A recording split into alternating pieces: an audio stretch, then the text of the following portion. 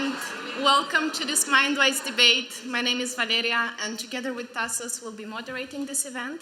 We are both members of Mindwise, which is the science communication platform of the psychology department, and together with Studium, we've been organizing these events for 2 years now. And one of the things that we love about these debates is that they manage to spark very engaged and engaging conversations on topics that are relevant to all of us. And today's topic is positive discrimination, which is any act aimed at favoring a group of individuals who has previously been discriminated against. And the more controversial example of positive discrimination would be employing quotas in the hiring process, but there are also many other varieties that we'll be talking about tonight. And the reason we picked this topic is because there is a polemic around positive discrimination that is nurtured not only by the members of the majority, so some of whom say that positive discrimination offers unfair advantages to members of minorities, but also by members of minorities who benefit from such programs, which we find very interesting and curious. So some people who benefit from positive discrimination find that these programs, in fact, exacerbate rather than alleviate inequality. So we'll be exploring this polemic tonight, and we're very lucky to have wonderful speakers who care about this topic and who have experience with positive discrimination programs in one way or another. And we'll be debating the proposition positive discrimination is unjust and ineffective. And the speakers that will be participating in today's debate will be introduced by Tassos. Thank you, Valeria. So it's my turn to also welcome you all here and also welcome the speakers to this event, and it's my pleasure to introduce them to you. This is going to get tricky for me, on my right and on your left, and I think I've done the most difficult job of this evening for myself. We have the team that is going to support this proposition, and I have these names in front of you as well. And we have, first we have Susanne Täuber, who is Associate Professor and Rosalind Franklin Fellow at the Faculty of Economics and Business. We have Sebastian Adamek, who is psychology student in the, he's a bachelor student in the psychology program. And we have Catherine Mugayan, who is a master student in clinical and psychosocial epidemiology. And on my left and on your right, in the team that is going to speak against this proposition, against the idea that positive discrimination is unjust and ineffective. I know it's a lot of double negatives, but you'll have to bear with us for this evening. We have Petra Rudolf, who is professor at the Faculty of Science and Engineering and one of the key proponents of the Rosalind Franklin Fellow, and I would say one of the people who worked the hardest in bringing this to the university. Mara Bialis, who is a student in philosophy and psychology, and Lindsay Kerr, who is a student of history. I'll give you a little bit of information about how this event is going to unfold this evening. We have two parts in this event. The first one is a formal debate part that is going to be presented according to the Karl Popper format. So we have each member of each team giving timed speeches and then having them counter-questioned by members of the opposing team.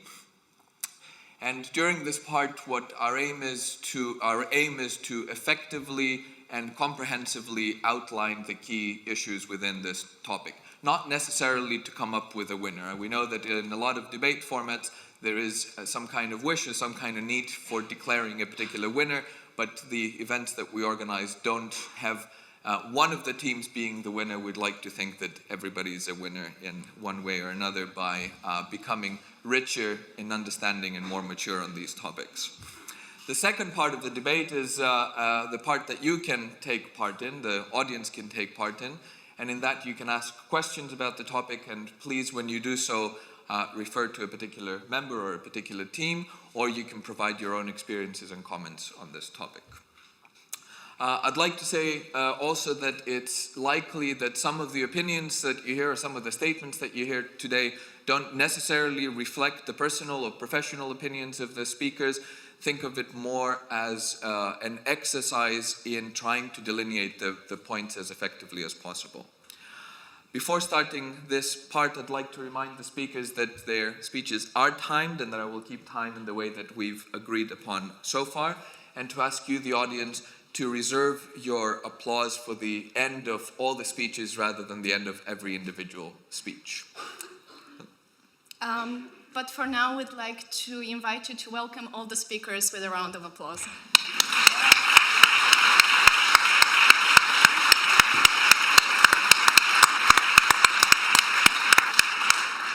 We're starting the formal part of the event with the opening statement given by Susanne. Thank you. Dear audience, dear other team, as Valeria just said, positive discrimination is defined as all practices or policies of favoring individuals who belong to groups known to have been discriminated in the past. I've just been at a conference in the UK, and nobody there had ever heard of the term positive discrimination. So I'm not sure whether what we're debating here is a Dutch thing, but let's have this debate anyhow, because it seems to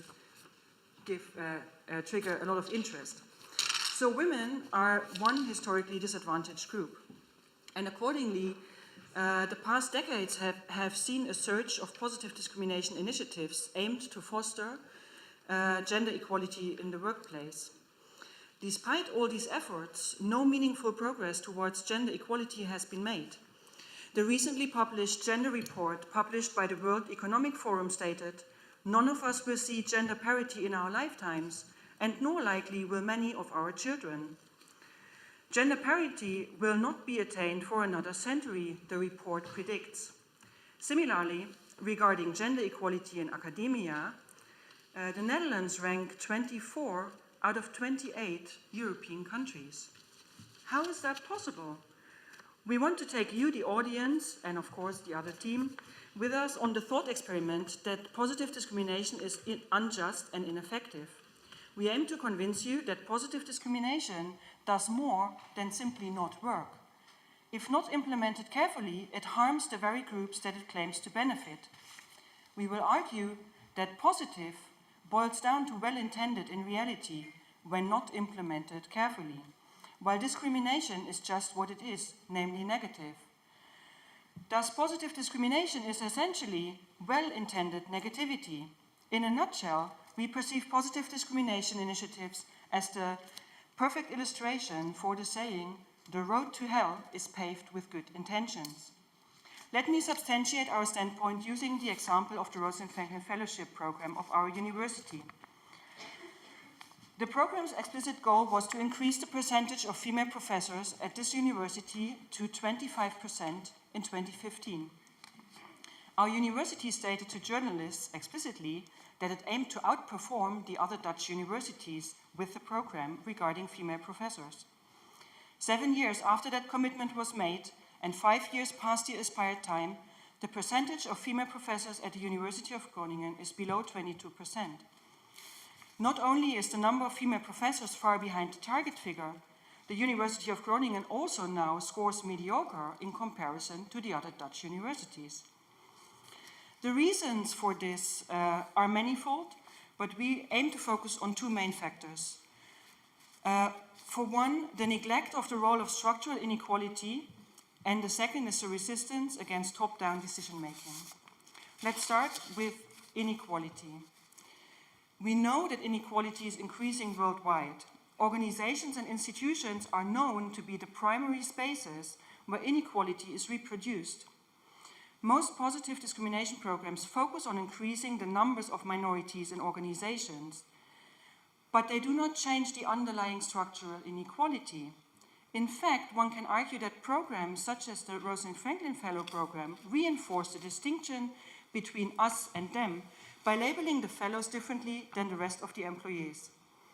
It assumes, wrongly, that the majority is a homogeneous group, and it also assumes, wrongly, that the minority is a homogeneous group. Thus, such programs often neglect issues of intersectionality. The use of labels prevents the realization that minorities are widely heterogeneous themselves and that disadvantaged groups are stratified themselves.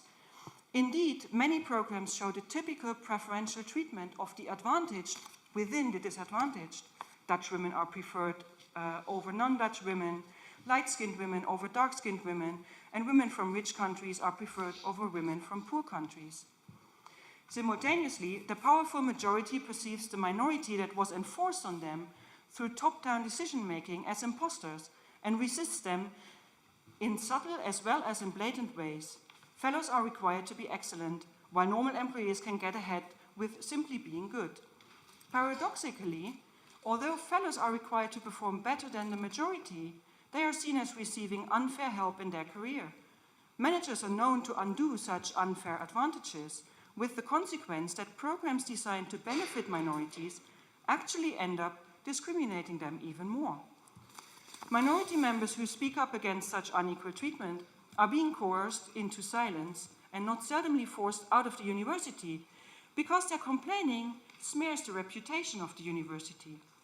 The fact that 30% of the Rosenfeld Fellows leave the university again underlines the toxic dynamics that can arise when positive discrimination is not accompanied by structural changes to the ruling inequality regimes. Indeed, the powerful majority often uses positive discrimination programs to present itself as egalitarian, diverse, and inclusive. The mere presence of a program, such as the Rosalind Franklin Fellow Program, liberates the majority from having to try harder and to really share their power. New research that followed the careers of over 1.2 million academics shows that underrepresented groups produce higher rates of scientific novelty. However, their novel contributions are devalued and discounted. Equally impactful contributions of gender and racial minorities are less likely to result in successful scientific careers than for majority groups.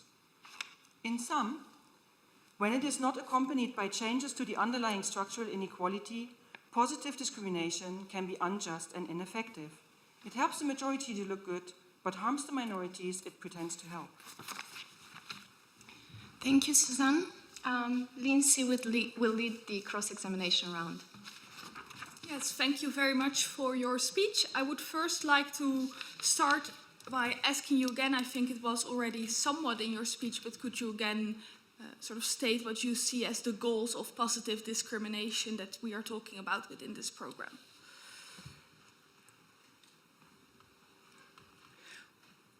Within the Rosenfeld Fellow Program, you mean? Yes, and also within positive discrimination programs. So I guess one of the problems that people have is to actually define it well. And the definition that we agreed on using, namely preferential treatment of historically disadvantaged groups, is something that in reality rarely ever happens. So then I assume that you mean that the outcome isn't positive, because the positive treatment doesn't happen. Is that what you mean? No, I guess actually it should be about equality of opportunities and not about equality of outcomes. And what positive discrimination programs do is they pretend to change the odds of opportunities in favor of minorities, while what we would argue is they don't. Okay, I think that is very interesting, because I would say that in those light there are also plenty of examples, such as the Faculty of Science and Engineering, in which it was possible to get more female professors. I think that the number increased sevenfold in it, since 2002. So do you then think that it is a matter of the programs inherently being flawed, or rather that it is in the implementation of the programs? I think that we all agree very much that it's in the implementation of the programs. But also that I think the program itself rests on an assumption that is fundamentally oppositional to what one would actually assume, namely that everyone is equal. So apparently some of us are not as equal as others and need help, right? Well, I wouldn't say that means that people are inherently not equal, but rather we have a very long history to show that people have not always been treated equal. And shouldn't it mean that it would also be just to actually compensate for the past harms that has been done to specific groups, even if that is imperfect? Yeah, I do agree with that, but I would like to see that compensation, even though I'm not 100% happy with the term compensation, right? But I would like it to not stop at the point of getting the people into the organization, but it has to progress. And I think there is hope because of faculties such as science and engineering that show that it can be done. But you also know that there are many other faculties that show it can be done much better. Thank you. I would like to invite Petra to give the opening statement for the team arguing against the proposition now. Thank you very much. So I would like to start with the last argument about the fairness and about that fairness has not existed before. We all know that we have had the first female professor at this university 100 years ago, and we had to wait another 100 years to have the first female rector. So this is not by chance, it's about the same proportions that you can see throughout. If you look at how many Nobel Prize winners we have, female Nobel Prize winners, but also how many Nobel Prize winners we have from other minorities, from other countries, with other skin color, how many handicapped people we have. And all this depends on the fact that there is unconscious bias. And there are studies which show that only 1% of unconscious bias, which is far less than most of us have, leads, if you go through 20 rounds of performance, where you assign a performance score to the people, and those above a certain level get promoted, and you put 1% bias to the women, after 20 rounds, you go from 50% to 38% in higher levels. This means that 1% of bias already is a big punishment in the possibilities to career progression. And this requires 4 measures. And one of these measures is the Rosalind Franklin program we are talking about. So just to make the playing field, in December 2002, when the first call of the Rosalind Franklin program, which by the way was not invited by me, but a very illuminated dean we had at the time, Douwe Wiersma, started this program. At that time, we had 3 female professors in the Faculty of Science and Engineering. That is 4%. So as many as 4% is how many female Nobel Prize winners there are right now. We had 5 UHDs, associate professors at the time, 8%, and we had 8 lecturers, UDs, 12% of the total female.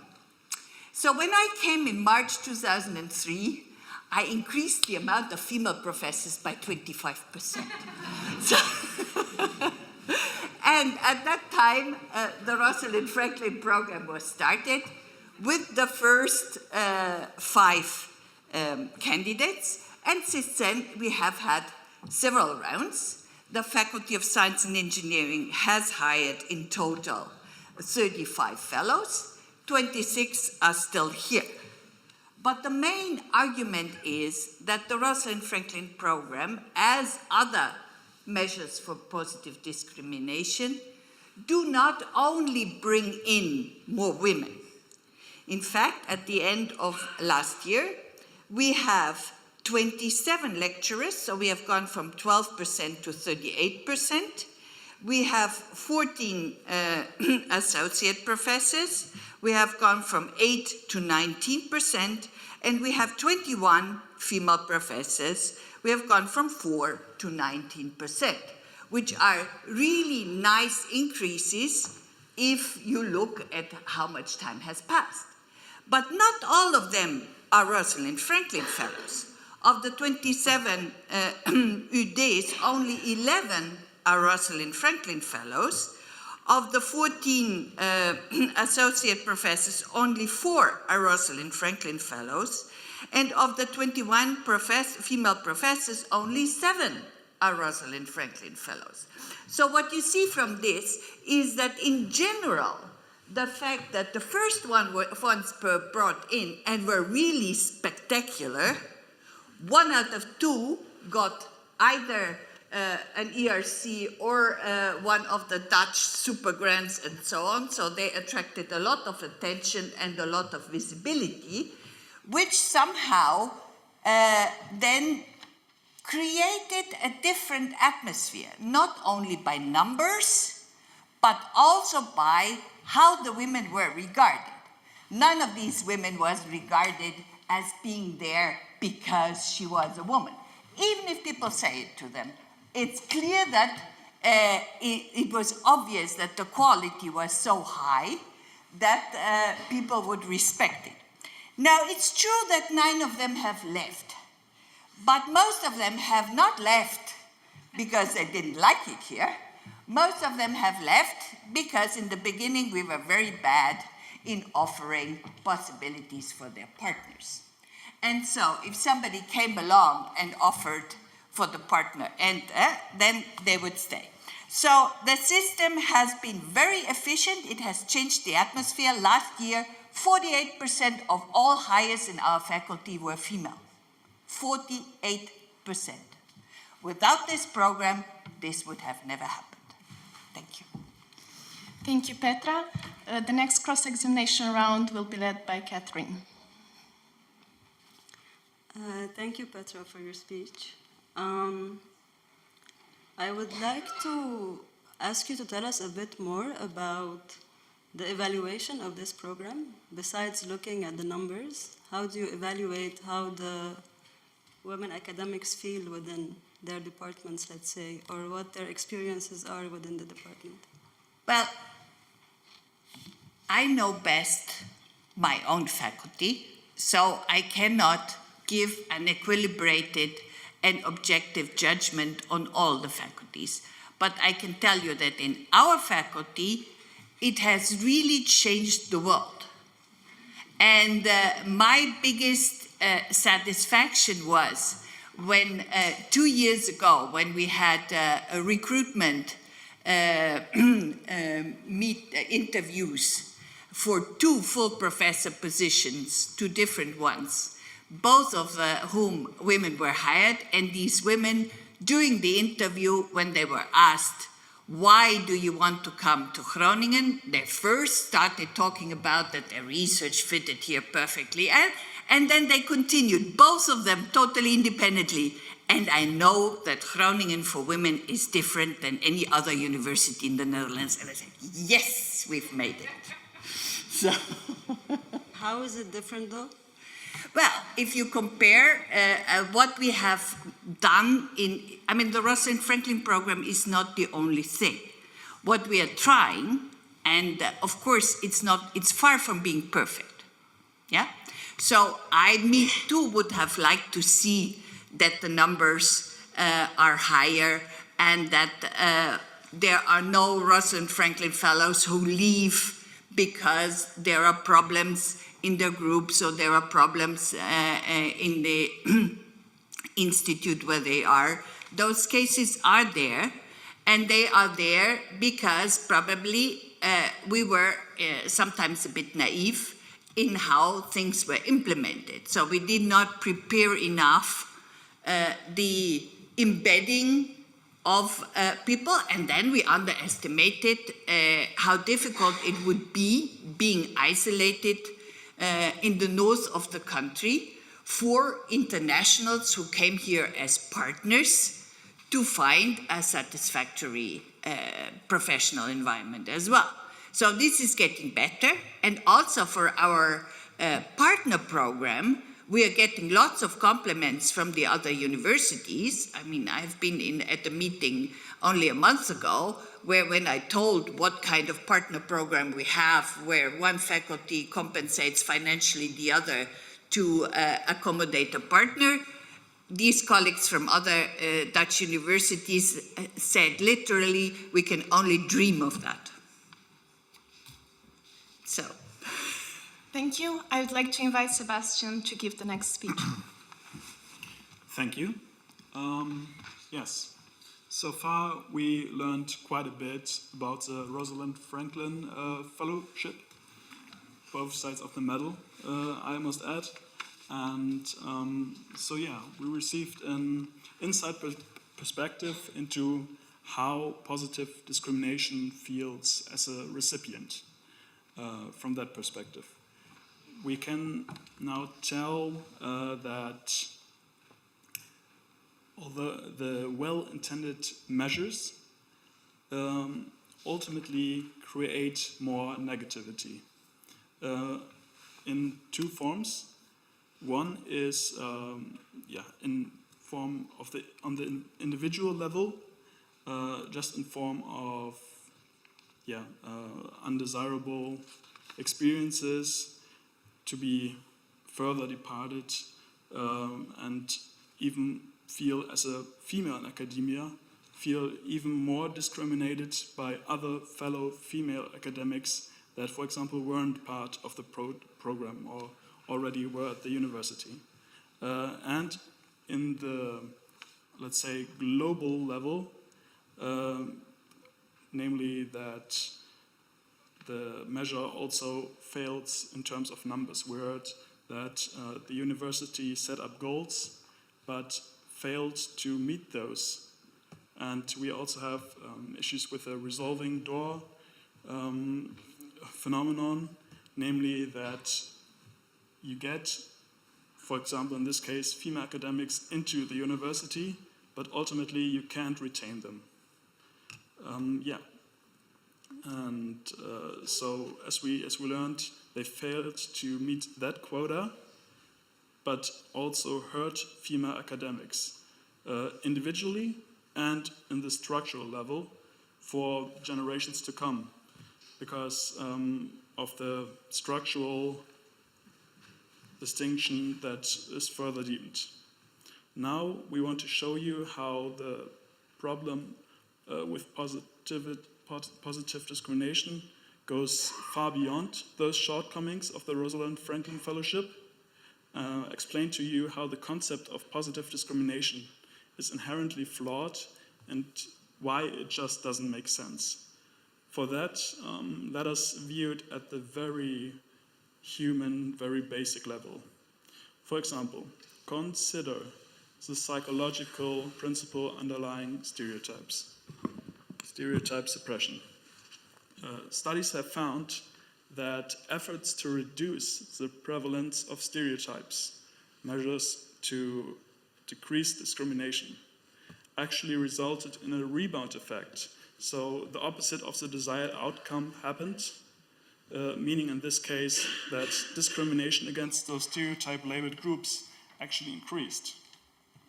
And I'm convinced that this information doesn't really surprise you, because after all, you should be familiar with the principle.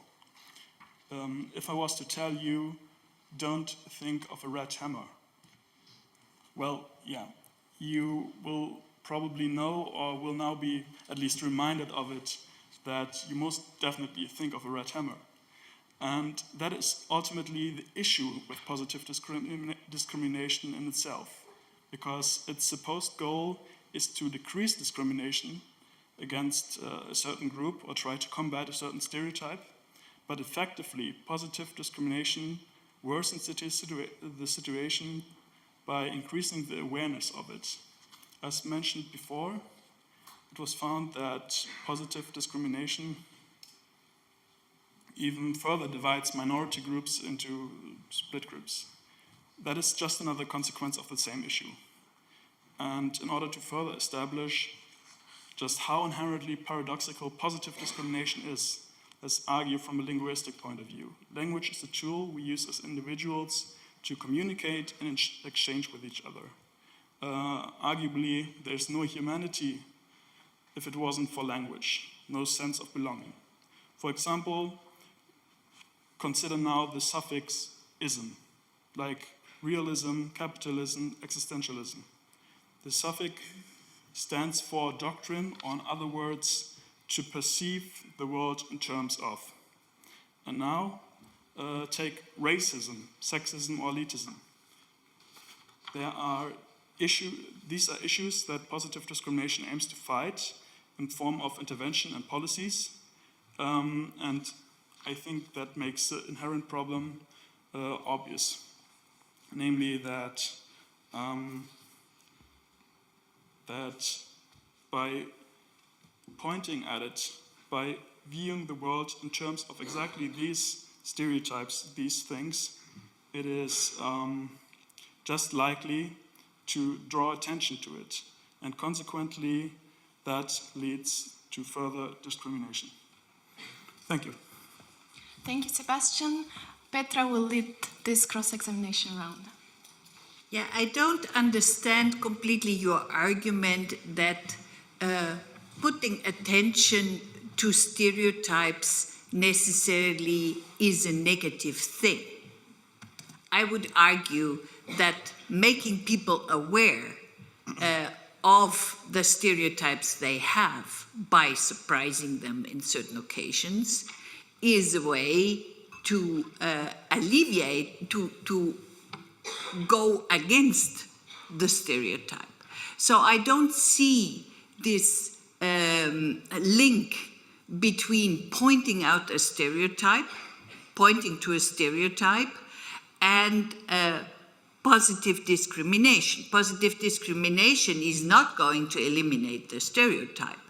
It is going to be a countermeasure to to avoid that certain effects that come from unconscious bias are the major thing which determine decisions. So positive discrimination tries to put it on the rational side and to go away from the emotional side, which is our unconscious bias. So I cannot follow your argument that pointing out stereotypes should be necessarily a negative thing. Well, I think it's very important to focus exactly on that word choice, because I stand true to my point that focusing on stereotypes is negative for reasons I can gladly repeat. I think too that focusing on an issue and perceiving differences in a positive light is something necessary and just something, well, inherently human. But the thing about focusing on stereotypes is that it is proven that just the mere awareness of it is sort of creates a surface which could create friction. And in my mind, there's always some people, or there's potential for negativity, and just putting someone in a group. For example, there are positive discrimination comes in many forms, and there are, for example, programs where individuals can sign up, but there's also just passive measures where you not actively choose to be perceived as part of the minority. And so I think that's one of the things. And the other is that ultimately we believe that positive discrimination are, for exactly those reasons, cosmetic and also just a short-term solution, but don't sustainably change the issue. And for that, we see them as ill-defined strategy. Thank you, Sebastian. Thank you. I'd like to invite Mara to give the speech from the team against the proposition.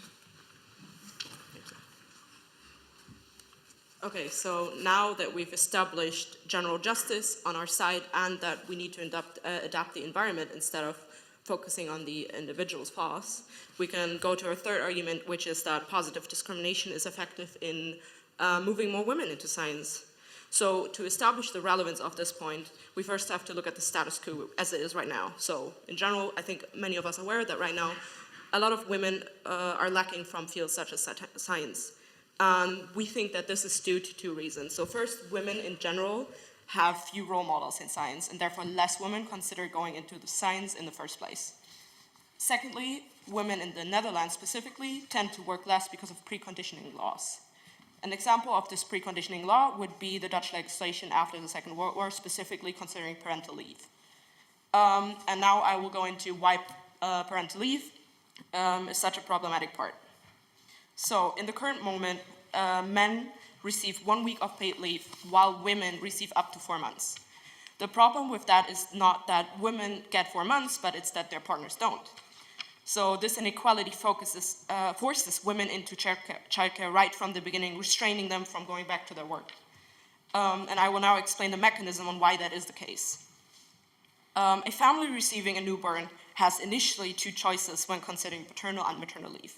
So first, the mother takes leave, receiving full pay while their partner does not take leave. In this scenario, both parts of the couple receive full pay up to 4 months after birth. In the second scenario, where the paternal part takes leave, receiving full pay for only 1 week, in the best case, after that 1 week, only a margin of the pay, and possibly having to experience less job safety in the long term. In this case, the couple must only work with one income over the period of 4 months. These financial inequalities are only amplified by the pay gap between women and men. So now we can easily see why a family is better off financially in the first scenario.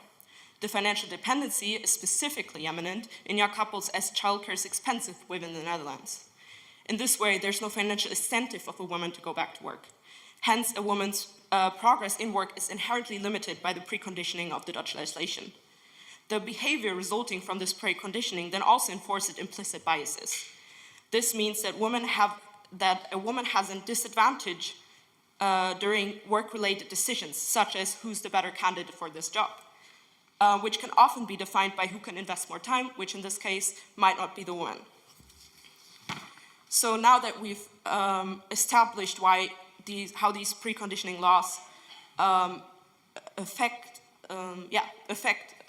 women's job environment and possibilities, we can talk about why we lack women generally in science and specifically in high-ranking scientific positions and how that relates to getting more women into science, specifically through the matters of positive discrimination. So I'm going to refer back to the lack of female role models now. So the process of positive discrimination can lead to more women into before-mentioned positions, so high-ranking positions within science or academia, through the following progress. We think that these positive discrimination incentives lead to more role models. As a consequence, it will have been made visible to other women that there's more opportunity for them in academics, and this will lead to more encouragement to pursue these positions.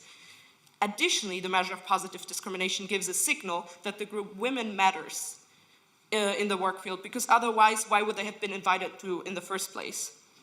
This gives them more confidence to apply, which creates, again, more women in such positions. An active effect of this has been observed in the Rosalind Franklin program at the RUG, which raised the amount of women in the FSE faculty from 16 to 61. As a second step, positive discrimination can change the personalized preconditioned laws which were forced against women. So I'm going to come back to that argument now. Though this is because having more women in science can lead to changes of the law. And I will now explain why. So through mechanisms such as positive discrimination, higher position will be accessible and attainable for more women. These high positions are often also related to higher payment. In the scenario of parental leave, it is then more likely for women in the couple to have a higher income than her partner, which can lead to her partner taking leave instead of her. If this happens in more couples than right now, the Dutch population has a demand for longer paid paternal leave. Because now the men have a disadvantage and therefore have a reason to demand longer leave. Establishing an equal length of paid leave will then also enable couples within similar financial positions to make more person-related decisions instead of a financial one, which consequentially allows more women to go into scientific fields and keeping them there. So keeping them in this field will then also allow them to progress within the positions. So to summarize the measures, why these measures are important. Why this positive discrimination measure is important. So first, generally, it does not restrict progress to only men, allowing for different and new ideas in the workplace. This can then lead to new discoveries in new research areas, which can aim at creating an overall better living situation for women and men.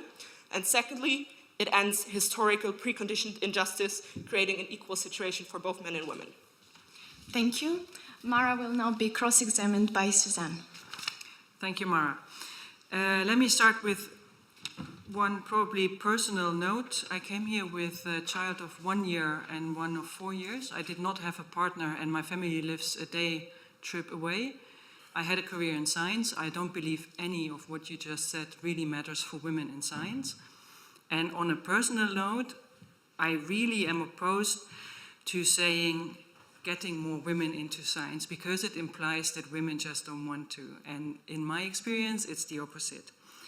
So one of the things that I really notice in what Petra said, what you said, is a strong focus on unconscious bias. So it seems to put the focus on people who need to be educated about their biases, who need to be informed about what wrong pictures they have in their minds. And of course, as Petra pointed out before, and you would now suggest as well through environmental measures, formalization can be a means, should be a means, if unconscious bias is the reason for the lack of women in science, to overcome that. Now, one could argue that we have a lot of formalization in our university, for instance, the tenure track document, which means that the fact that in my faculty there's only 11% female professors must mean that women are simply performing worse. So is that what you're trying to say? Okay, so to come back to your first point, you said that this might mean that women do not want to go into science, or that you're assuming it sounds like this. We argue that it's not that they don't want to, but that they're disencouraged.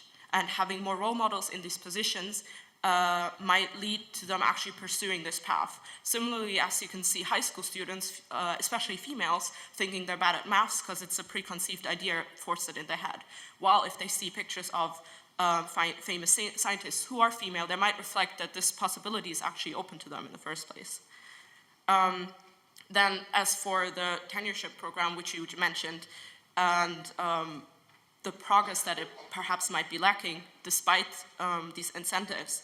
So in this way, we think about, in the short term, yes, we do have problems, but after adaptation, through measures as such, education, other individuals working in this environment, and adaptation to the working environment, as well as the working conditions, as we already mentioned, that now we have better situations considering partners, that this over the long term might have more beneficial effects. Thank you. But do you mean then to say that there is no evidence whatsoever of pushback by those who are now in power and are feeling threatened by all the bright women that are coming in, taking their places? Who are you referring to by when you say... Well, I'm referring to the mediocre men that benefit from gender discrimination. I mean, this is not my opinion. There have been studies done on that, right? I mean, the one group that benefits from gender discrimination in academia and also in other public sector organizations are mediocre men. I hate to be that mediocre man to intervene, but your time is close to running out. So a quick answer, please. So what we're saying is that a small group who might be disadvantaged to the favor of a large group who might be advantaged, which is the totality of women, might lead to a certain level of pushback, if I understand that correctly. But I think we shouldn't stop considering the opinions or the possibilities of half the population, which is made out of women, only caused by a limited group of individuals who might suffer for this. Thank you. Thank you. Thank you. Catherine will give now the closing statement of the team arguing for the proposition. Thank you. So I want to close our argument against the effectiveness of positive discrimination by delving a bit more deeply into what specifically it does and does not do in terms of changing intergroup relations. And first, I want to have a disclaimer here that we are not saying that diversity programs are not needed or that they should be eliminated, but that they are really not enough in changing anything in terms of these relationships. So it's true that positive discrimination gives women the opportunity to get their foot in the door of the institution, but it doesn't change any of the structural barriers that prevent women's upward mobility within the institution and their retention within it. Examples of such barriers include biases in publishing, getting funding, receiving promotions, differential work evaluations, access to mentoring and social network, and many other factors that are summarized under the concept of the leaky pipeline of women within academia. So what do we mean exactly when we say that it reproduces group and intergroup inequalities? Basically, positive discrimination automatically creates a power imbalance between two groups, where one is the giver and the other is the receiver. And in this relationship, women are being helped as an act of generosity. So they are not exactly hired because they are good at what they do. It also puts women in a position where they have to exhibit gratitude and loyalty for this help, so they cannot really rebel against any injustices they see within the institution. Positive discrimination also oversimplifies intergroup relations and increases gaps between the women themselves. Hierarchical regimes within institutions are based on the intersections of gender, class, ethnicity, citizenship, sexuality, and physical ability, all of which are overlooked when framing inequalities between groups as single-issue struggles, such as the one based on gender that we're talking about. So there is no such thing as a single category of women, and their experiences and opportunities within organizations depend on the interplay of all of these categories. Finally, I'd like to take our discussion a bit further and propose that positive discrimination can actually be harmful for the groups that it is supposed to help, because it can mask abuses of power, such as bullying and sexual harassment that happen within institutions, by creating this illusion around it that it is diverse and egalitarian. Academic sexism is common worldwide, and there is evidence that our university isn't exempt from such sexism. Early last year, after the Me Too movement happened worldwide, an alarming report was published on harassment in Dutch academia. Women faculty reported various manifestations of harassment, ranging from scientific sabotage, such as taking women's names off publications or grant proposals, to sexual harassment and verbal and physical threats. Women reported feeling unwelcome, excluded, and unsafe in their workplaces, which often manifest in physical and psychological consequences such as chronic pain, burnout, and depression, and negative effects such as decreased job satisfaction and work performance. There are also many articles in our university newspaper about harassment and discriminations faced both by students and faculty here. Meanwhile, of course, if women speak up, they are largely silenced, met with denial, or pressured into leaving their positions. As one of the fellows benefiting from this program has stated herself, the diversity initiatives of our university have become checklists to be ticked, and if women and minorities complain about discrimination, they are met with denial, because of course it cannot happen at our university because we tick all these checklists. This is actually exactly the phenomenon that feminist scholar and writer Sarah Ahmed has termed non-performativity, where policies and initiatives on diversity are used as evidence of diversity. Non-performatives work exactly by not bringing about the effect that they name, because the conditions required for the action to succeed are not yet in place. Positive discrimination towards women, therefore, appears to be addressing a problem, and it eventually morphs into evidence of having addressed this problem. So my main argument is that a major barrier to the retention and upward mobility of female academics is not simply selection bias during recruitment, but a toxic institutional culture that keeps promoting inequality within it. A first step in changing such a culture is for those in privileged positions to recognize their power and stand in solidarity with women affected by sexual harassment and discrimination, and not to silence it. Assuming that the university is really committed to and invested in gender equality, it needs to do much more work to both change the quantitative outcomes that we've already talked about, and also to create an institutional culture of safety, accountability, and inclusion, not only for women, but for all marginalized groups within it. Thank you. Thank you, Catherine. Now Lindsay will give the closing statement for the team arguing against the proposition. To conclude this debate, ultimately I want to look at the two main questions posed within the proposition. Is positive discrimination just, or is positive discrimination effective? I'm going to leave all the double negatives behind, so it's somewhat easier to talk about it. So first of all, let's see, we saw that there wasn't a lot of discussion about whether or not positive discrimination actually was just or unjust. But I do want to highlight here that after a measure from the Swiss National Science Foundation, who tried implementing positive discrimination in Switzerland, there was a court case filed against them, in which ultimately the judges ruled that it was not just the case that this was a measure that was allowed, but rather that it was such a just measure that it was actually needed to be implemented, and that other institutions should follow the example of the Swiss Science Foundation.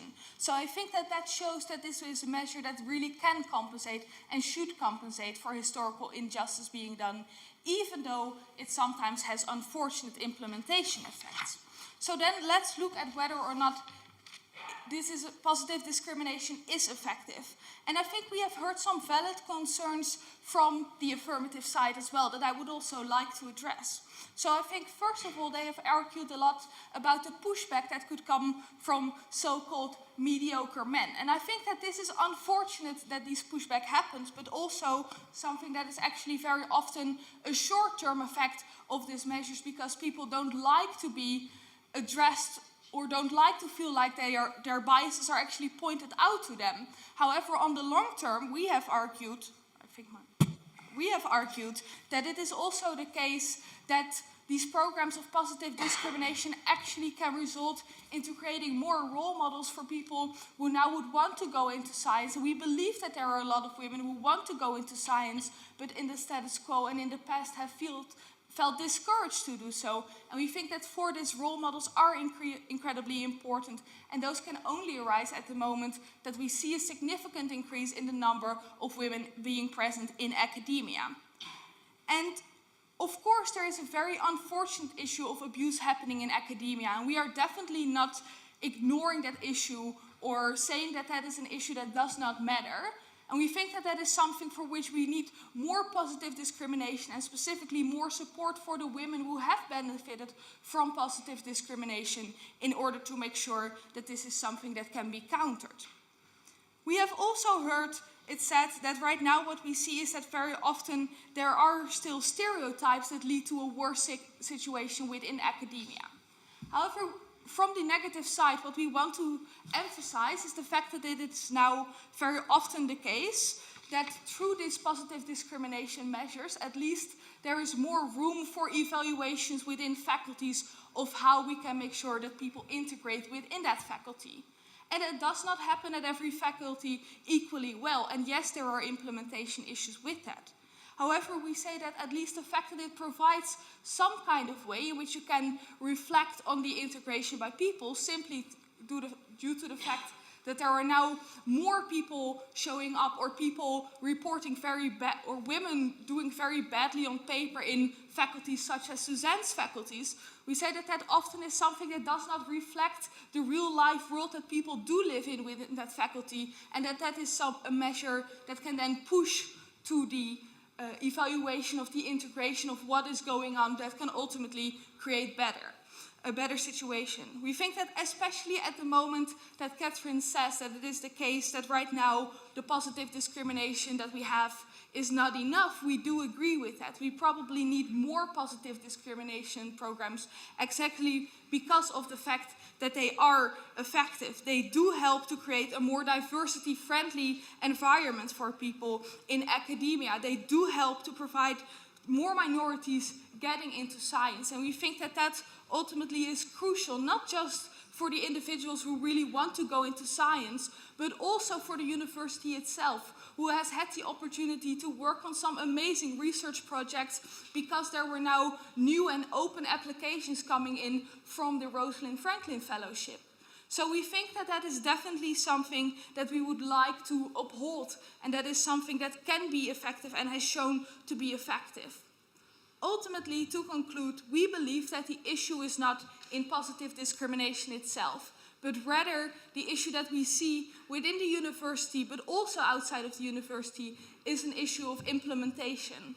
But let's sort of note that we cannot fix implementations of programs that do not exist. So to make sure that we at least compensate for historic injustices and to make sure that we create a better and more equal situation for all people on the university, positive discrimination programs are absolutely necessary. Thank you, Lindsay. And now is a good time to thank all the speakers for their contribution to exploring this topic.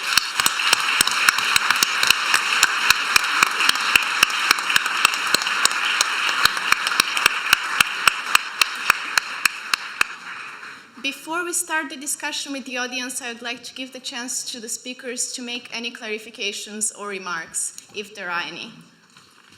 No?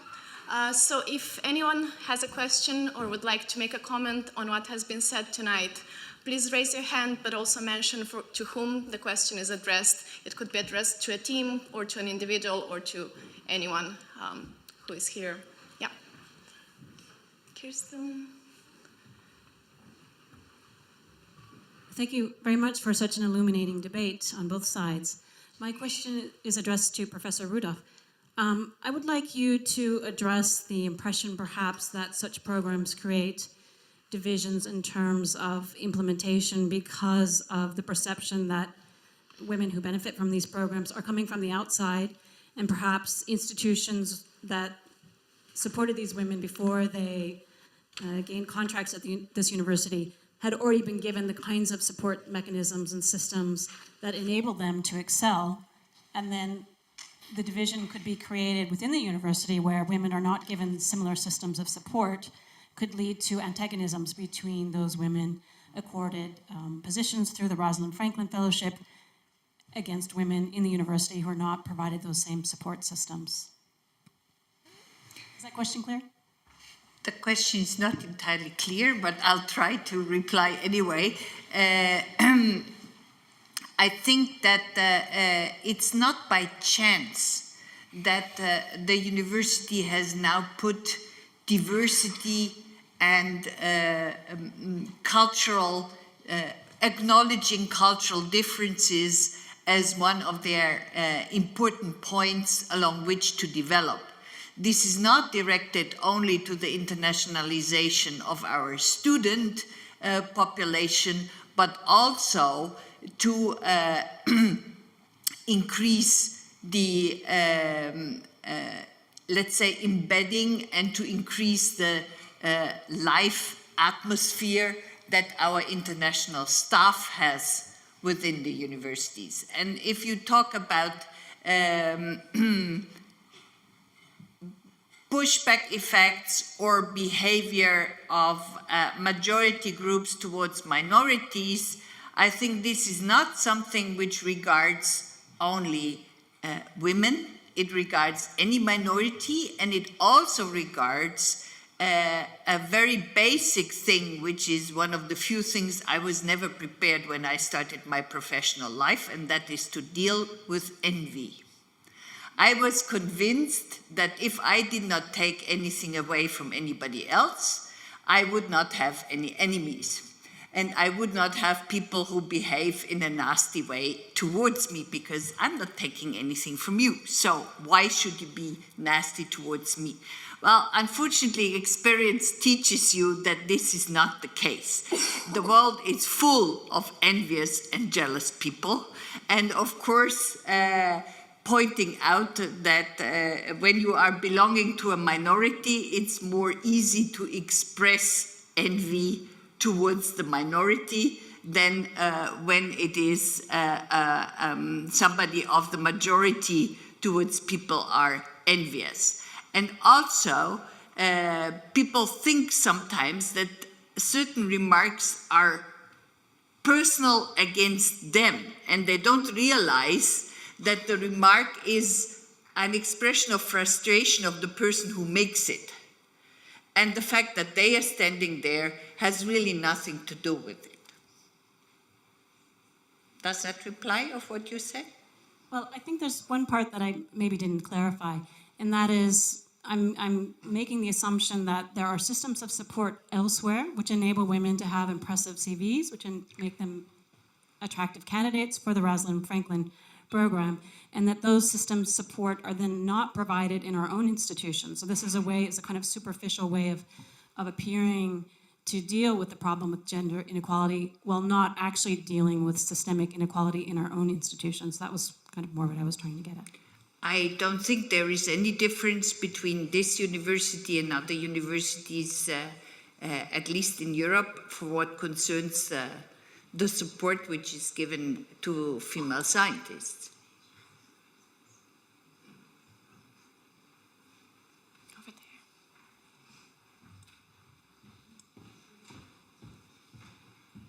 Hello, good evening. My name is Esdras. I come from Brazil. And in Brazil, we have positive discrimination for black people to get into the university. And when I was there, I was part of a big change in the social demographic scenario in Brazil because of this positive discrimination. And I don't know if you know it, but Brazil is majority black, 52%. And some years ago, it was very strange and problematic, like looking into classes, universities, and only seeing white people. So, and people with the same age as me could not get into the university because of historical disadvantages, because that's what explained the difference in salaries and positions, academias, and so far. And the scenario is the opposite in prisons. In prisons, you see 70% of the population in prisons being black. And I know that in an ideal world would be that we implement good opportunities, like the other team said, like the same opportunities for these people, but positive discrimination is only there because this equal opportunity is not being offered in the root of the problem, because this is not easily implemented in developing countries. So I have a question for the people who think it's unfair or unjust. What would be an effective measure to be done in developing countries, for example, like in Brazil? Because before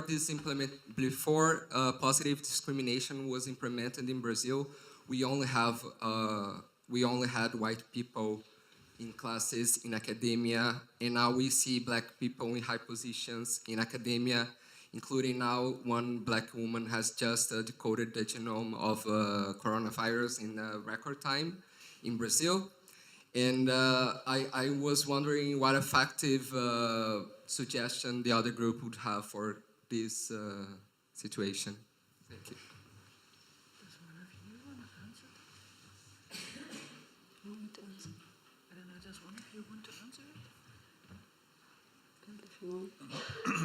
Well, thank you for your question. First of all, I think within your elaboration, you brought up the phrase root of the problem. And that is exactly what we are getting at. Obviously, the example in your case is quite drastic, if I might say so, that it, from what you said, seemed that almost entirely the students were belonging to the white ethnicity. Well, we think that our position on this is that we think it is important to get to the root of the problem, and that such interventions, in our perspective, we think they are short-sighted because they only have a bit of cosmetic value. We think their only worth is in getting this foot in the door effect. And in that case, if there's this really drastic change in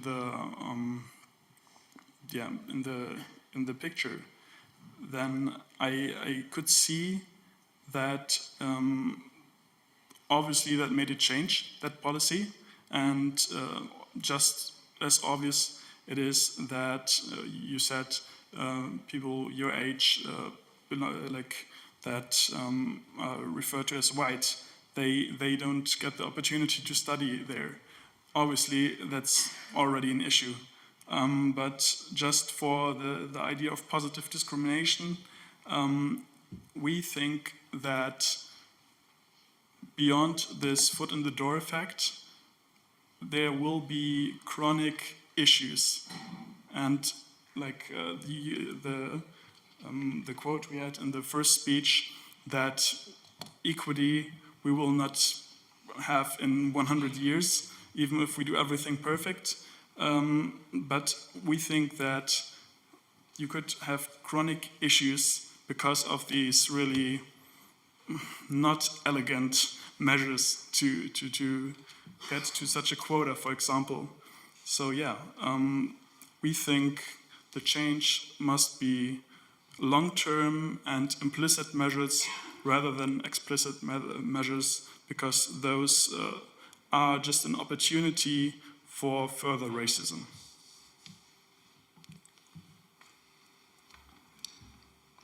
Does anybody else from the team would like to contribute to the answer?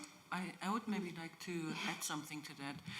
So I think actually that it's a sort of a better place to be when you can quite drastically see the inequalities, because then people are more motivated to tackle them.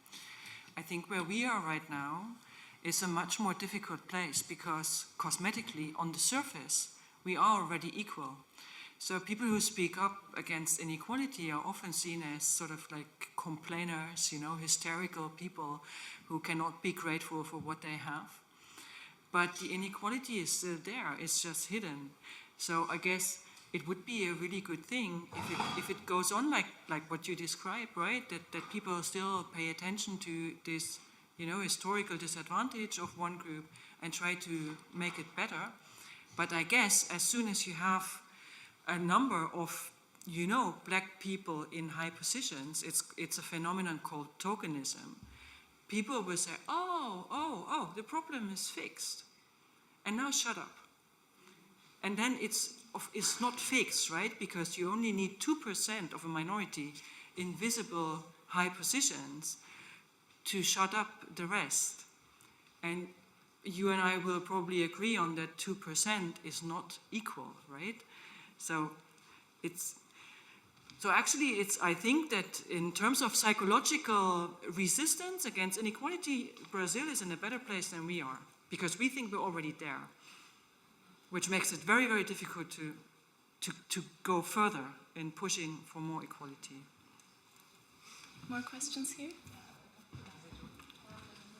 Hello, my name is Anastasia Zereva. I work for internationalization projects at gemeente Groningen, at the municipality of Groningen. And I would like to look at the other side, because of course we want to create this inclusive society, nice, everybody's welcome, everybody's good. But at the same time, we don't have to overlook the opportunity that this discrimination sometimes gives us, that I'm going to be the first person from my village that's going to get a degree. I'm going to be the first woman in this big round table a lot of times in the Dutch society of only men who also have gray hair and are all white.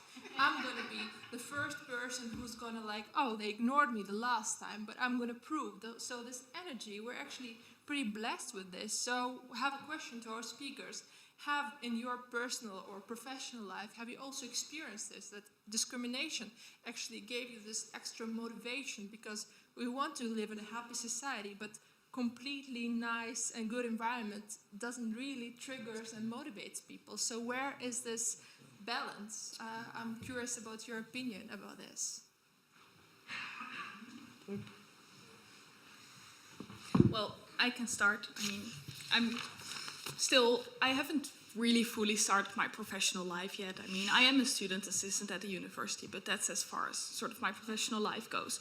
So I haven't really experienced any of this there, but I am very active in the Dutch debating community. And I think that sometimes there I noticed that sort of Groningen feels as if it is the periphery of the Netherlands to a lot of people from Amsterdam or Leiden, for example.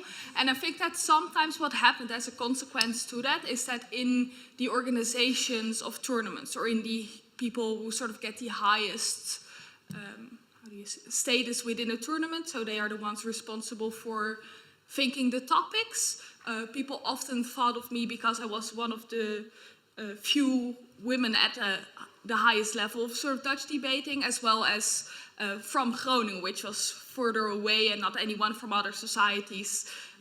Like people from other societies, they had plenty of them, but there was never really anyone from Groningen there. And I think that that did definitely motivate me, even though I sometimes felt as if I was there just as a token. It also felt that I could actually do something that other people couldn't do, and maybe also bring back positive experiences from that to other people in the debating society in Groningen. So I think it is a bit two-sided, because on the one hand, sometimes you are aware of the fact that you are maybe being used as a token, and on the other hand, it can also definitely provide you with positive experiences. If I might add, I think also that specifically because in this instance I could see her succeed, it would allow me the possibility of pursue it myself, which actually has occurred within this society. And in general, you would have for those positions then more people or more minorities, or in this case women, focus or want to go into those positions.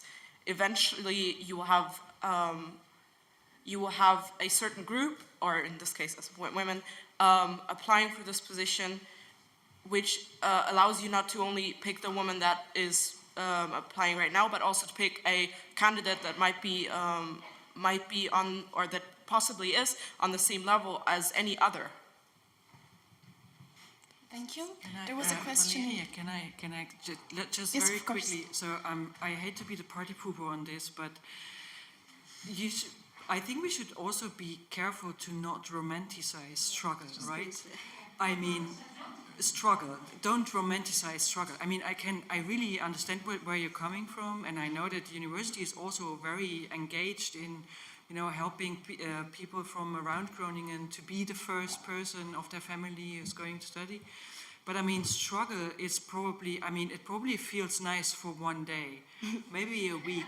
But if you have to do it your life, there's nothing like, this energetic. Yeah, if you can find a balance, yeah. But at one point in time, you're going to be burned out, right? Yeah, exactly. There was a question in the back. Yeah.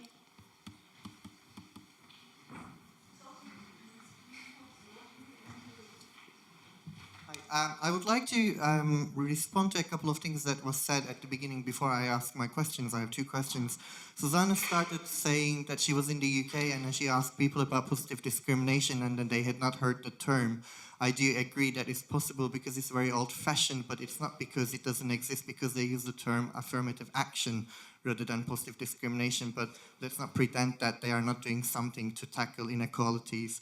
And going back to Sebastian's points about stereotypes, I have to strongly disagree, because I do have a PhD in stereotypes, and it is a bit difficult to agree with what you said about stereotypes, because stereotypes are unfortunately true, and then one of the ways to tackle the stereotypes is actually change how these stereotypes are acting, because we learn stereotypes by observing or direct learning, and if we observe different things like a lot of women in science faculties, then our stereotypes are going to change over time.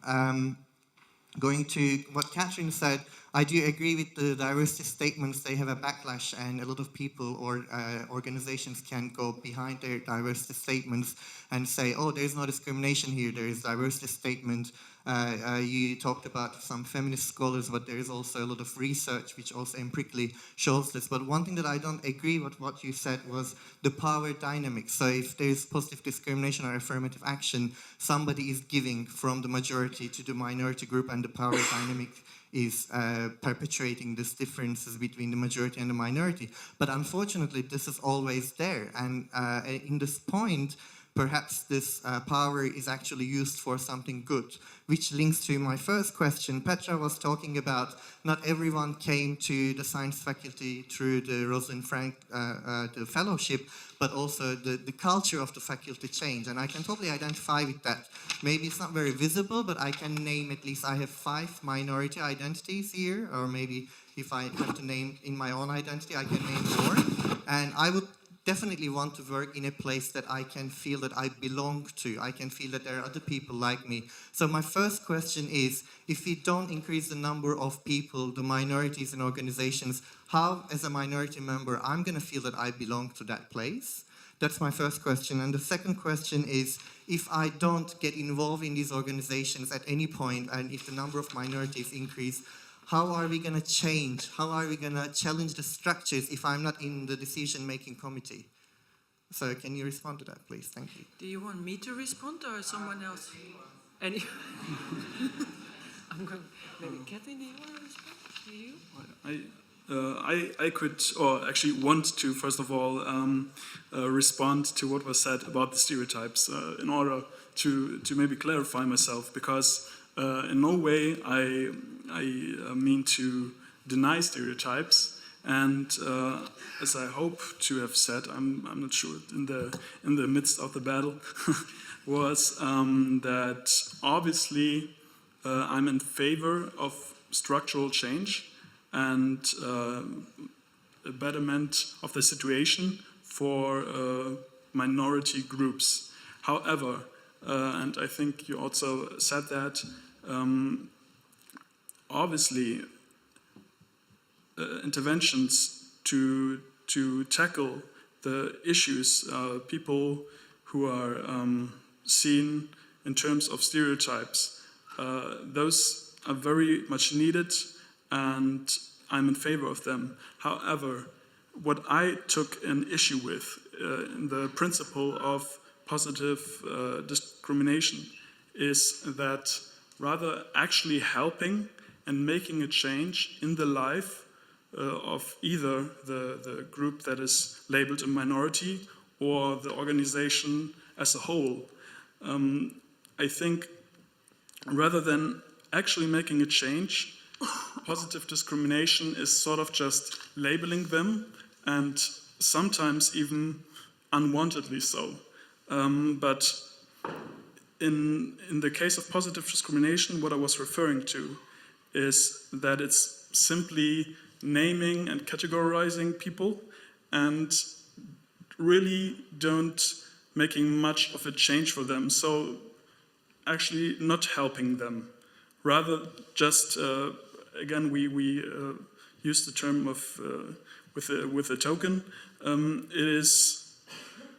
It is a way to kind of get, for example, minorities or fulfill quotas, but we don't see that there is actually done something for those minorities. So our position is actually that they are being used in a way. And yeah, just to clarify that. Thank you. Can I add to that? Yes, Catherine. Yeah, so first I want to tackle 2 points that you brought up before your questions. First, you said power between the two groups is always there, so we might as well use it positively. I'd like to ask some clarifications about that, because why is power always there? Second, you said that if we include minorities in the institution, it will eventually lead to change because these minorities become role models, right? Is that what you said? That is to attract more people into those institutions, but I think what I was saying was more important. I'm going to be involved in the decision making. So if I'm not working in that organization, if there are not a lot of voices coming from the minority that I belong to, how are we going to change the structures if we want to change the structures? Like, I want to change the structures. I'm totally for that. But I don't see positive discrimination or affirmative action as a barrier to that. That's the first step. So let's increase the numbers and then we can change the structure. Yeah, I get it. First, as I said before, we're not saying that they shouldn't be there, these programs, but that they are not enough. Second, as a minority, it's very, very probable you will never get to decision making, and this is exactly the problem, which is that women academics and other minority academics stay in the bottom positions or they end up leaving the organizations, and this is the problem we're tackling. So we need to combine it with other sorts of actions also, and we can talk about them more. But just to give you some perspective, if we only look at the numbers of full professors in the university across all faculties, we have 469 full professors, and only 96 of them are female, and only 12 of them are persons of color. So this already gives you some perspective into how the university works. I don't have the number for more higher up positions, but I can kind of guess how it looks, right? Also, in terms of the stereotyping that you talk about, I don't agree with you, because I think having women in certain positions, especially in higher up positions, first leads to something called subtyping. So what happens will not generalize to other women, right? So you get things like, oh, you're so smart for a woman, and stereotypes like this. So it doesn't really change how you perceive the group in general. Also, it leads to many negative effects. For example, a lot of times women, to be able to get to these positions, they have to adopt behaviors of men. So you get the whole queen bee phenomenon, right? And they end up also discriminating other women who are below them. And there's a lot of research that shows that intergroup contact that is supposedly positive leads to, positive with men, leads to what? No, I don't agree with intergroup contact, so if you don't like it, I agree with I you. haven't made my point. What don't you agree with? No. In general, intergroup contact is not the solution for things. Yeah, exactly. So this kind of intergroup contact between men and women at higher up positions kills solidarity with women in general. Yeah, there is not going to be any solidarity if there is not enough people to be in solidarity within the organization. So I'm seeing a lot of good points, and I agree with these points, but I don't see how these things are negative consequences of positive discrimination.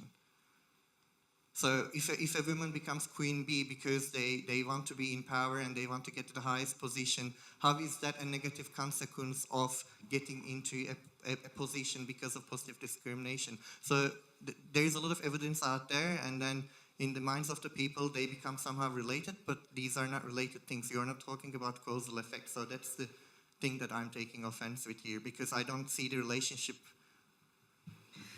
You don't see the relationship. You're already assuming a causal effect of positive discrimination by saying that women got into these positions because of positive discrimination. But actually, if you supposedly have a fair selection process, they would also get into these positions. Actually, if you look at the conditions women have to meet to get this fellowship, it's ridiculous in my opinion. And the women who got these positions deserve to already be associate professors and not assistant professors, right? So I don't agree with you at all.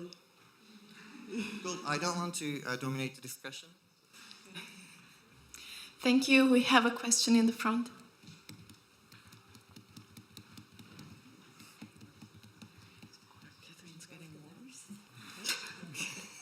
I have a question for the negative team. I would love to hear about the mechanisms set in the University of Groningen and maybe in your faculty that aim to protect women or other minorities. So I would love to hear about staff members, not students, right? So staff members and faculty members, how does the process of filing a complaint, whether it's against sexual harassment or about discrimination, how does it go? And what kinds of cases have you received and how have they been dealt with? Thank you. Well, the question of sexual harassment and complaints have nothing to do with positive discrimination, but they exist whether there is positive discrimination or not. They are unfortunately a reality of working life. But to reply to your question, there are procedures within this university for all kinds of incorrect behavior, whether it has to do with scientific integrity or whether it has to do with incorrect behavior towards others, bullying or sexual harassment, which go through having people to which you can talk about it, and the decision is yours whether this person is going to pursue this kind of behavior or not. Now, within the Netherlands, there is a lot of ongoing change on this, because the report that the National Network of Female Professors brought out a short time ago really showed that the processes as they have been going on in the last 20 years were not always efficient, and there were cases of people who were not behaving in the correct fashion, which were tolerated within the institutions. And that means that right now there is a very concrete effort by all Dutch universities to improve the structural procedures on how these things are dealt with. You might not be surprised that how to deal with scientific integrity is better regulated than the other kind of abuse. So we already have some ideas how it can be done better, namely to have an automatic inquiry which is decided by the certain group of confidential advisors who consult on cases they hear, and then they decide whether to do an inquiry on that case. That's how it goes for scientific integrity right now. And similar procedures are currently being discussed for bullying and sexual harassment as well. So have there been cases that have been filed based on gender discrimination? And can you tell us about that? I don't know what cases have been brought to the confidential advisor, because the confidential advisor talks directly to the top management of the university. So it's not something that is public domain. Can I answer that actually? Yes, of course. So first I want to thank you for bringing up this point, because I think it's very important. And I want to highlight a major flaw in the complaint procedure of the university, which is that, as you also said, complaints cannot happen anonymously. So you have to go and report to a confidential advisor. And for anyone who knows anything about sexual harassment, we know that the major barrier for women is reporting incidences, right? And already having this barrier, we can imagine that there are many, many, many unreported cases. But according to our also university newspaper, the number of complaints have still been increasing over the past 4 years, and the confidential advisor actually reported this to the newspaper, that there, in 2018, there were 144 cases of complaints due to sexual harassment. So we can see how that's a problem. And also we can see how we have a problem in the university by looking at what happened to the Hold RUG Accountable movement that was created after cases of sexual harassment popped up. So if anyone from that group is here, I'd like to hear from them, but according to their Facebook post, they're largely ignored by the university. So, yeah.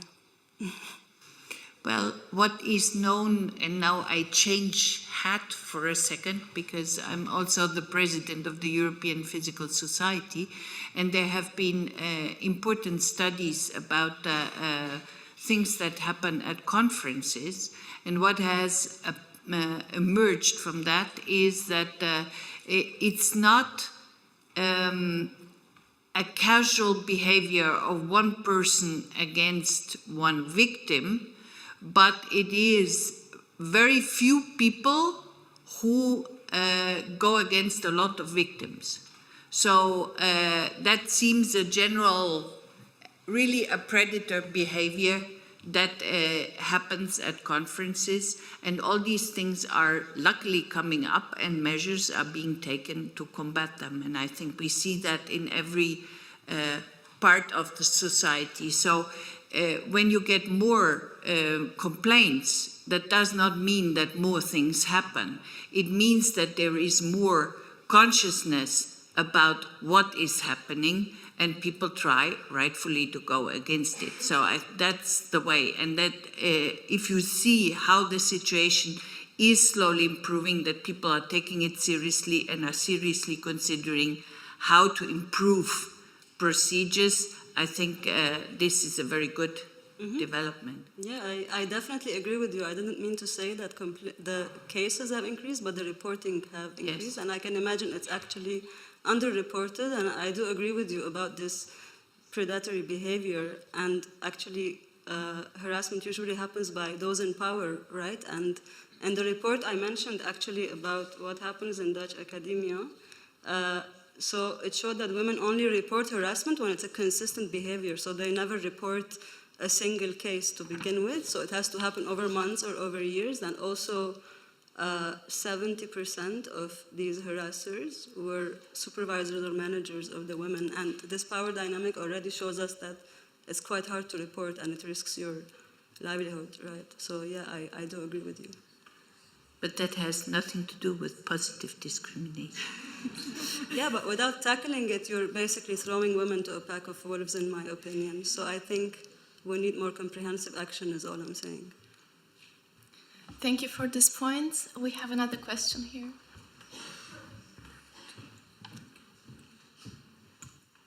It's more kind of a statement rather than a question. I think you all agree that the problem is the mentality of the people and not if you have a positive discrimination or not. And I think positive discrimination, at least Rosalind Franklin is showing, is making people aware of the problem. And I understand that it's not the ideal situation, that in the perfect world we would not need this type of programs. But yeah, without it, we are not going anywhere either. So how can we change the mentality? Yeah, I think I've mentioned like 5 times already that I am not saying we do not need the program. I am saying we need more action. So what we would need is, for example, bias trainings for men to start understanding their own behavior of how what they're doing is harassment, for example. We need trainings for the community in the university at large to be active bystanders instead of observing harassment and letting it go, things like this. And we need trainings for women to identify when harassment happens to them, because it takes them so long to be able to identify it as harassment. And in most reports we see that women tend to doubt themselves and go like, oh, maybe I'm making a bigger deal out of it than it is. So we need more action by the university. We do not need to eliminate the positive discrimination program. And I also hope we stop calling it positive discrimination. And on another level, we need not charity, but more programs that go towards equity between the two groups, right? So the problem doesn't start at actually getting a job as a professor. It starts at opportunities, even at primary school, between women. So, for example, a black trans woman probably will not even make it to a point where she can even apply for this professorship. And based on the qualifications needed to get the scholarship, you need to be a super scientist, as you used the word once, right? So a program similar more to affirmative action, where you don't need to have such top qualifications. On the contrary, it's acknowledged that for women it is harder to win all these international and national prizes to be able to get to this stage where they can apply to this fellowship. So yeah, we need more affirmative action like programs, and not this where actually the only benefit I see from it is the university making use of the skills of these women and the fact that they're going to bring in more research funds to the universities. Can I add to that? Yeah, because one point I think we all wanted to stress is that if we really take all the criticism out of positive discrimination and just take them and without saying anything about them, the issue is that even if they would work in their short-term sort of objective, if they would be successful, in the end, it is the goal is the issue. That, like, we all agree, and again the quote, that it will take centuries to reach the ideal we have, and that change is obviously going to be very slow and hard to detect at first, I guess. But a real danger of these interventions like positive discrimination is that they perform sort of like an alibi. Namely, that corporations or institutions like a university can put them in use, and from the outside then, even if they work in their defined measures, they still give you the idea that something is done about the problem. But even if they would be completely successful, what that would lead into would be in 20 years you say, oh yeah, well, the global issue, the underlying issue is still not resolved. And from there you can, sorry.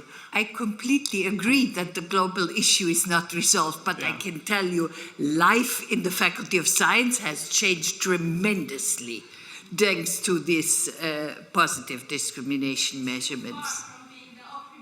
Of course. Yeah, I think we but, all agree with that, yeah. I mean, it does not mean that we are in an optimal situation yet, but it's really, really different from what it was only 17 years ago when I arrived and the program started. But I think we should be all aware of the danger that we could perceive it as solved in a way when it is really not. No, it's not solved at all. Probably both the organization or institution, corporation, they, from top down, should work on it every day. But also I think we as individuals in those organizations have responsibility to work on it and work with it. Perhaps on this note, it's a good time for us to close this event. And Kirsten, I think that was the end of the questions. Thank you very much. I usually end events like this with some kind of closing statement. I've been collecting notes for the last couple of hours, trying to form some kind of coherent closing statement. I hesitate, I have to admit, a little bit in light of this particular topic. So I'll try to be a little bit brief and summarize some of the points that, as I saw them being made. As we've heard a lot in the last hour and a half,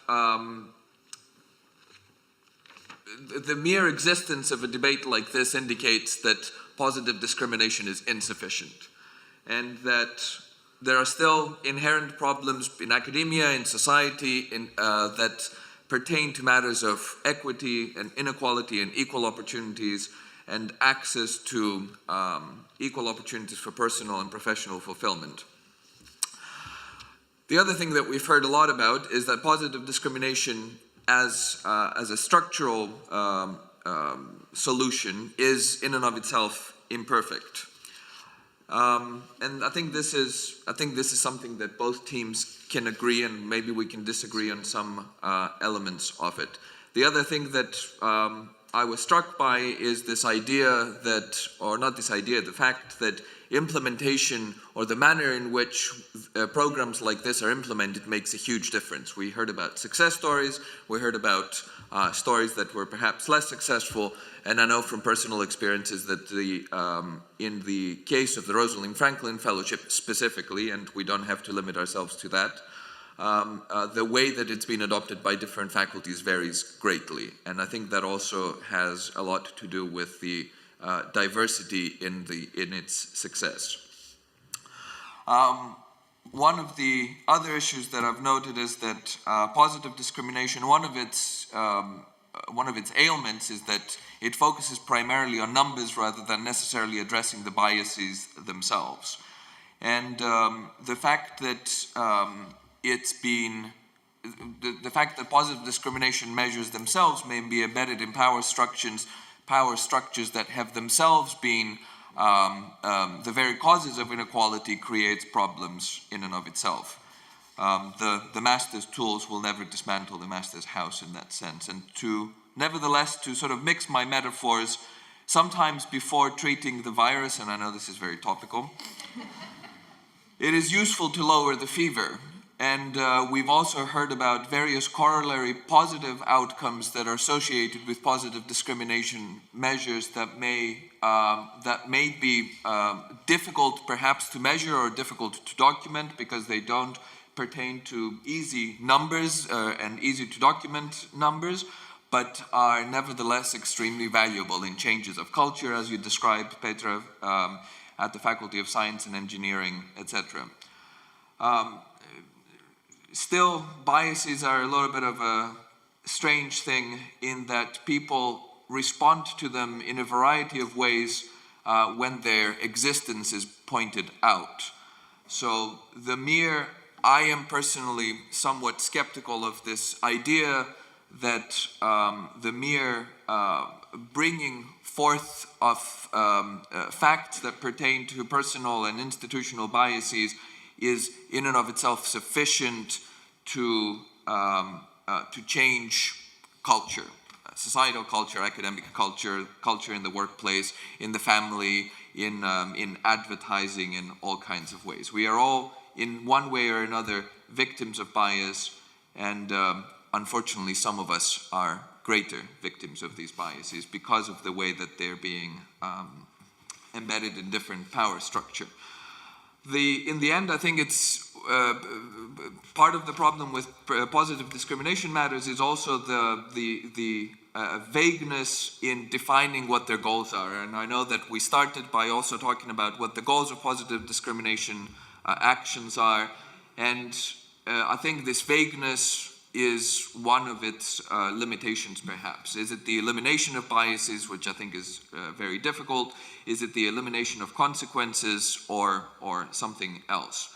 I'm hoping that they are one of the measures that we can take as an academic environment or as a society or whatever you like, that leads towards greater equity between all kinds of groups of individuals, genders, races, sexual orientations, and whatever other identities that may lead to differences in equity.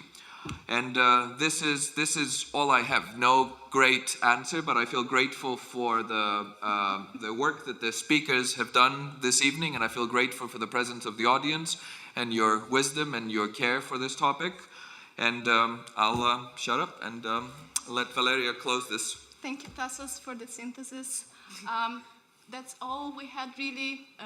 More thanks to everyone who was involved in the discussion, to all the speakers, and we have some book vouchers for both teams, which I'll ask you to hand to the other team, which we'll do with your applause to thank.